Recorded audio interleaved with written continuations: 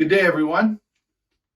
We continue our study in the Gospel of Mark as we study Mark chapter 11, verse 1 through chapter 12, verse 44. Chapters 11 and 12 are our next telic section. And the purpose of this section is that Jesus reveals his authority as Lord and teacher, while at the same time revealing the state of men's hearts. And so we see in these two chapters, Jesus revealing his authority as Lord, and he reveals himself as the teacher. And while he's doing that, he reveals the states of men's hearts. So you should be then in lecture number 6. This will be the 6th lecture. Now, in the Gospels, you find the self-disclosure of Jesus. That is to say, Jesus discloses something about himself. He reveals something about himself, not only by his words, but by his actions. And as we come to this part of Mark's gospel, we find both actions and words disclosing to us the true character of Jesus. Now, as we proceed, we see that we look at chapter 11, verse 1 through chapter 12, verse 12. Here you see that Jesus reveals his authority as Lord. Now, as you look through this passage, you're asking this question: how does Jesus reveal his authority? How does he reveal his authority? Well, as you look at the first 11 verses, you see that Jesus purposely reveals himself as the King, the promised Messiah, with his entry into Jerusalem. You see that he reveals himself as the Messiah with his entry into Jerusalem. Now, Jesus could have walked into Jerusalem. In fact, he'd been walking quite a ways by now. He had come all the way from the north in Galilee walking to Jerusalem. He could have walked right into Jerusalem, but he deliberately chose to enter the city on the donkey's colt. He sent, as you read, he sends the disciples into the city to get the colt so that no one would think he was being called a king against his wishes. He sent them and said, go get this colt. Someone asks you what you're doing, you say, the master has need of it. This is a deliberate act of disclosure for all those who have eyes to see. And then Jesus presents himself as the king who comes in peace. No one considered a king riding a donkey as an undignified thing. You know, we're so used to our Westerns, right, where everybody rode horses. If anybody rode a donkey, that was we kind of chuckled about that, right? In Gunsmoke, one of the characters, I don't recall his name, rode a donkey, and we all kind of chuckle about that. But that's not the case here. When a king rode a donkey, he was coming in peace. He came in peace when he rode on a donkey. If he was on a stallion, he would be coming to wage war. But Jesus enters the city of Jerusalem as the Prince of Peace. He enters showing himself as the Prince of Peace. He rides no stallion. He does not come with fearful pomp and power. He does not arrive to terrify his people. The people filling Jerusalem that day recognized that Jesus was indeed the promised king. Now, pilgrims came all around to celebrate the Passover in Jerusalem.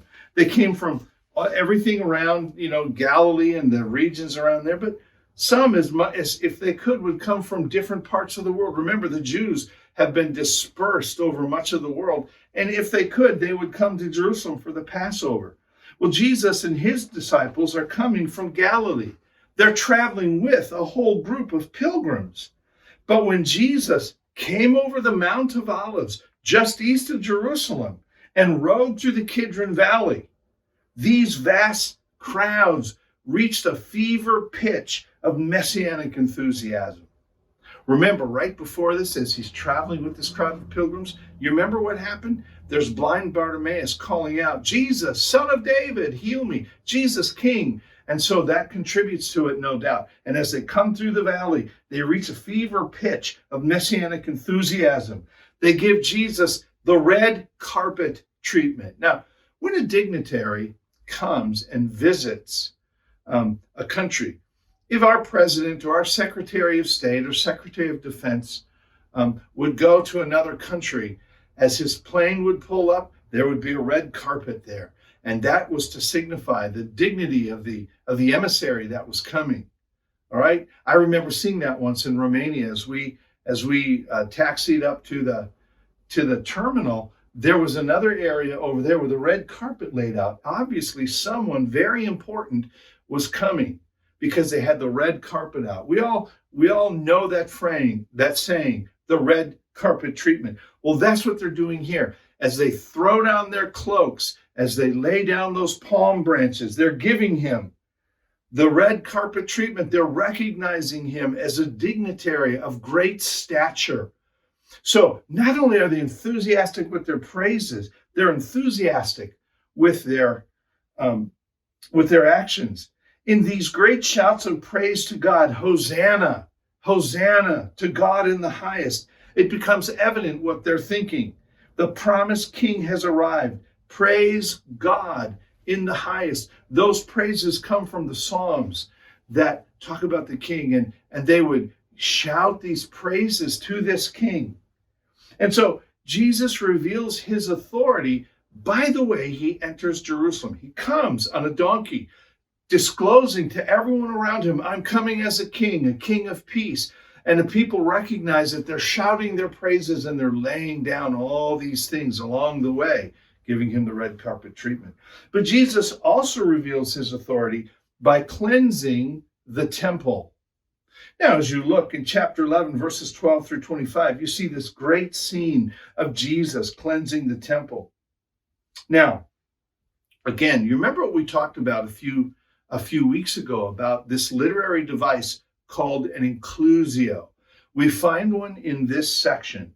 The inclusio is chapter 11, verses 12 through 14, and chapter 11, verses 20 through 26. It revolves around that fig tree. And that fig tree is cursed. It's a tree with much foliage, but no fruit. And that's supposed to bookend this section of Jesus cleansing the temple. And it's supposed to color that, remember? That inclusio is supposed to say something about everything that's in between. And so as we start out, they're coming out as Jesus has gone into the city, and then he has taken lodging for the night in Bethany. And then on the following day, as they come from Bethany, Jesus is hungry, sees a fig tree. He walks up, lots of foliage, but no figs. And Jesus reveals his authority at this moment by cursing that tree. He curses that tree.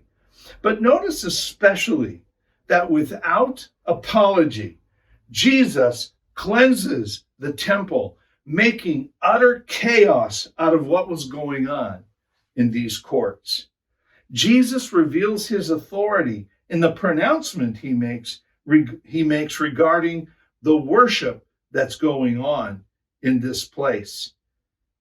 He says, is it not written, my house shall be called a house of prayer for all the nations, but you have made it a den of robbers. He makes this pronouncement. He says, this is not the worship that God accepts. This is not what God expects to go on in worship. My house shall be called a house of prayer for all the nations, but you have made it into a den of robbers. Now, what's happening here is Jesus is quoting two Old Testament passages. One from Isaiah 56, the other from Jeremiah chapter 7. Now, notice something here. Now, this is very careful. Please listen carefully. Notice carefully that Jesus was not just angry with the people who were selling things in the temple. He isn't just angry with them. He is angry with the buyers as well. Not just those who are selling, but those who are buying. That is, he is upset with the worshipers, the very people who the day before had been singing his praises. So he is upset. He is upset with those who sold and those who bought, not just the ones who sold. Notice that carefully. You see, the selling that was going on in the temple precincts was not in and of itself wrong. Did you hear me? Selling the things, doing the things they were doing in the temple precincts was not in and of itself wrong. Why? Why? Because for one thing, the people, according to the law, needed a temple shekel to worship. Now, a temple shekel was a religious form of money. They didn't have it in everyday life. They were using Roman money. So they would take their Roman money and exchange it for the temple shekel that was required by the law for them to worship. Nothing wrong with that. Not only that, but pilgrims were coming from all over the place, as we mentioned earlier. And they couldn't bring their sacrifices with them, could they?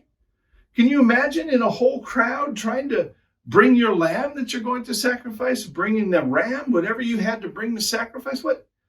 They couldn't bring that along on the trip. That would be chaos. So what they would do is they would come and they would buy their sacrificial animals. These pilgrims who are coming from far away would come and buy. So there's nothing wrong with that's necessarily wrong in and of itself with the selling and the buying that's going on. But what had happened is in all of the buying and the selling, they had perverted the worship of God, because God intends worship to be characterized by joy and prayer. Notice that Jesus quotes parts of Isaiah 56. If you want to turn there, Isaiah 56, verses 6 and 7. This is the prophet Isaiah talking to the people. And the foreigners who join themselves to the Lord, to minister to him, to love the name of the Lord, and to be his servants. Everyone who keeps the Sabbath and does not profane it, and holds fast my covenant. These I will bring to my holy mountain, and make them joyful in my house of prayer. Their burnt offerings and their sacrifices will be accepted on my altar, for my house shall be called a house of prayer for all peoples. So he says, I expect joy and prayer, even from those who are Gentiles who've come and want to be part of the people of God, as Isaiah said. They've come for joy and prayer. But instead of prayer and worship and joy, the people now were angling for the best deal. Worship was a noisy, bustling business affair rather than seeking after God. They weren't seeking after God. They were trying to find the best return for their dollar, for their Roman money. And the attitude of these worshipers did not reflect reverence, but only the fact that they carried on as they always did, even outside, only they're doing it in a different location. Nothing has changed. They're not there in reverence. They're just there to do their religious thing. They're there to get their shekel, to buy their sacrifice, to go in and do their thing. It's just a hustling, bustling business affair. They're not there to worship God, to worship him in joy. They're not there to pray. They're there to do the religious things. It's kind of like our Memorial Day. Our Memorial Day. Memorial Day is intended, right? It's intended to remember those who gave up their lives in service to our country, right? The veterans who fought in our wars, who died in order for us to be free. Memorial Day is intended to turn our attention to these folks. Well, you know what we do? We give a nod in that direction, right? We give a nod in that direction. We go to some kind of a memorial service in the morning. But the rest of Memorial Day is what? It's just a big party day. It's the day when we all get together and we all have as much food as we can. We cook out, and a lot of people get drunk. They party. This is a holiday. We got the day off from work. It's an opportunity. It's an opportunity to have a good time. Well, that's what's going on here. They give a nod towards God. Yeah, we're here to worship, but they're not there to worship. There's no reverence. There's no joy. There's no prayer. They're there to do their religious thing, and it's just a hustling, bustling affair. They had perverted worship because they acted like their forefathers, condemned by the prophet Jeremiah in Jeremiah chapter 7. Jeremiah chapter 7, if you want to turn there. Notice what Jeremiah says against the people who have come to the temple in his day. So Jesus is likening the worshipers of Jeremiah's day to the worshipers of his day. And he is essentially saying that the rebuke leveled against the worshipers of Jeremiah's day is the same rebuke that needs to be leveled against these people who are worshiping or, making the pretense of worship in his day. Here's what we read in Jeremiah 7, 9 through 11. Shall I not punish them for these things, declares the Lord? And shall not I avenge myself on a nation such as this?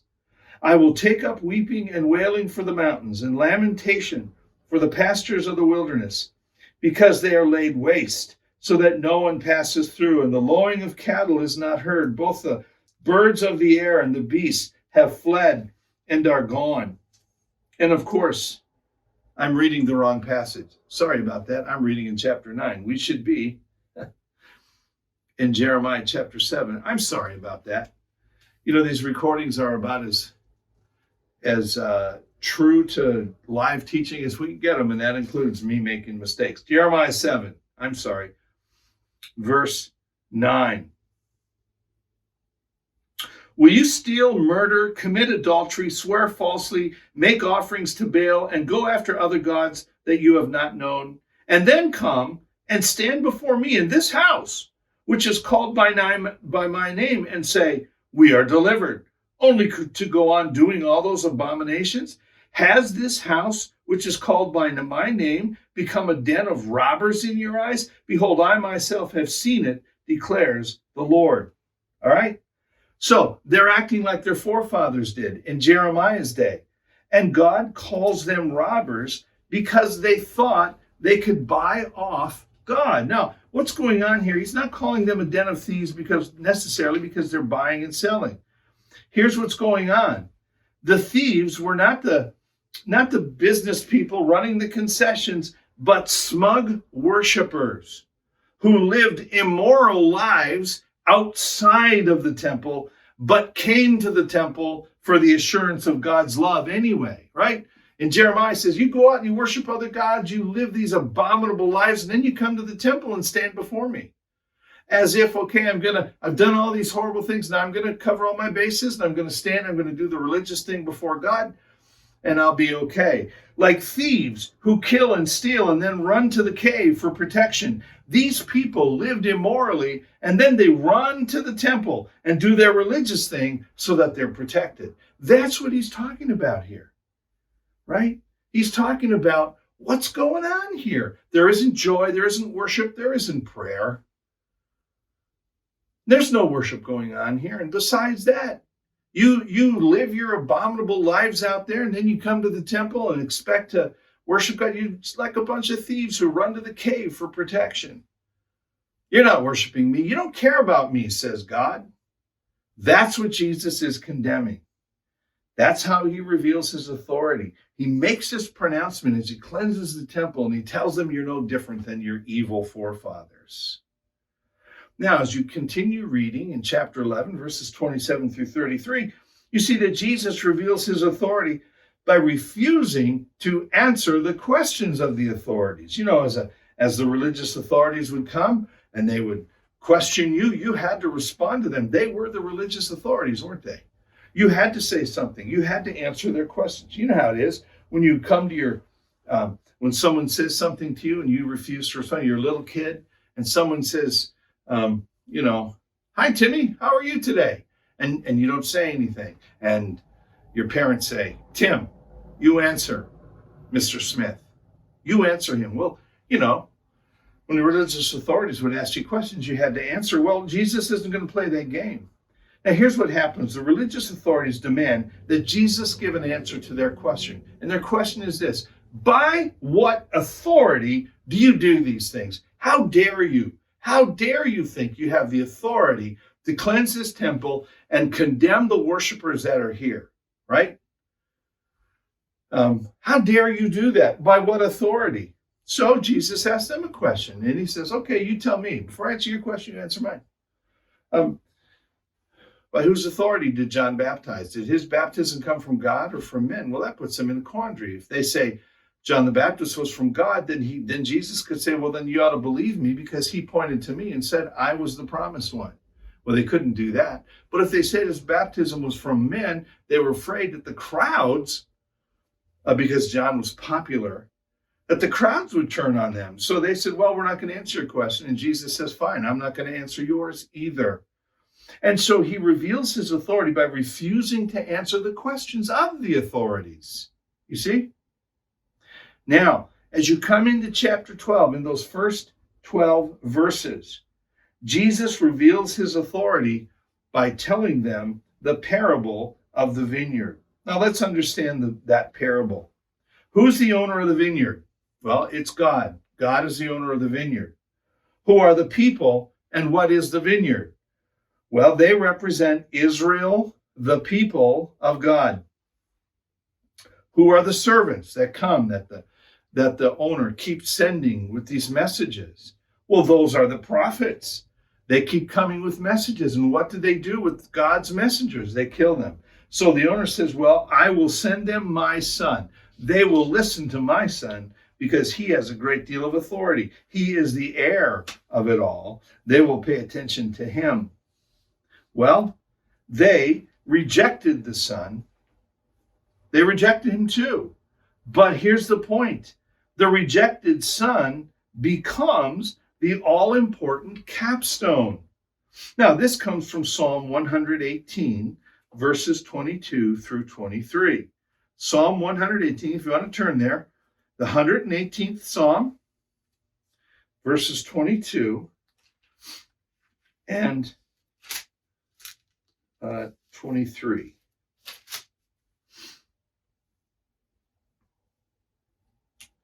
The stone that the builders rejected has become the cornerstone or the capstone. This is the Lord's doing. It is marvelous in our eyes. This is a psalm about David the king and his triumph over the enemies. He had been rejected. This triumphant king had been rejected. He was the rejected stone. His father, his brothers, Samuel overlooked him. Remember? Right? Samuel is told to go and anoint the king from Jesse's household, and Jesse assembles all the boys except his youngest. Yeah, he doesn't want him. Right? Samuel and Jesse and the brothers, they all overlook David. They overlook him. They don't consider him worth anything. Saul rejects him as well. But look at the marvelous things that God has done to David and through him. Now, what is true about David is surely true about Jesus, the greater David, David's greater son, who has come to fulfill the entire Old Testament. So, look at the words and actions of Jesus in this narrative. Look at the words and the actions of the people who participated in these events and ask, what do they reveal about their hearts? What does this reveal about their hearts? Well, we're going to stop there, and we'll pick it up in the next time we meet, all right? We'll pick this up at what this says about Jesus, the worshipers, the leaders, all the people involved. What does it reveal about Jesus? And what does it reveal about their hearts? Now remember, as we pick it up next time, we're going to pick it up at that second bookend, the inclusio, right? The fig tree is going to say something about all that's come in between, about all that's happened. We'll find out a lot. We'll look forward to that, right? All right, listen, if you would, let's pray together. Father, thank you again that we can be together. We can learn together. We can look at your word. We can see the glory of Jesus and the things that he reveals about himself and about us. So, Father, I pray you would help us to see. Reveal our hearts. Help us to see the glory of Jesus, our King, but also help us to see our own hearts and how our hearts can lead us astray. But Lord, we want hope and help from you so that our hearts aren't led astray. and we can look and see Jesus in all his glory and follow him. Thank you now in Jesus' name. Amen.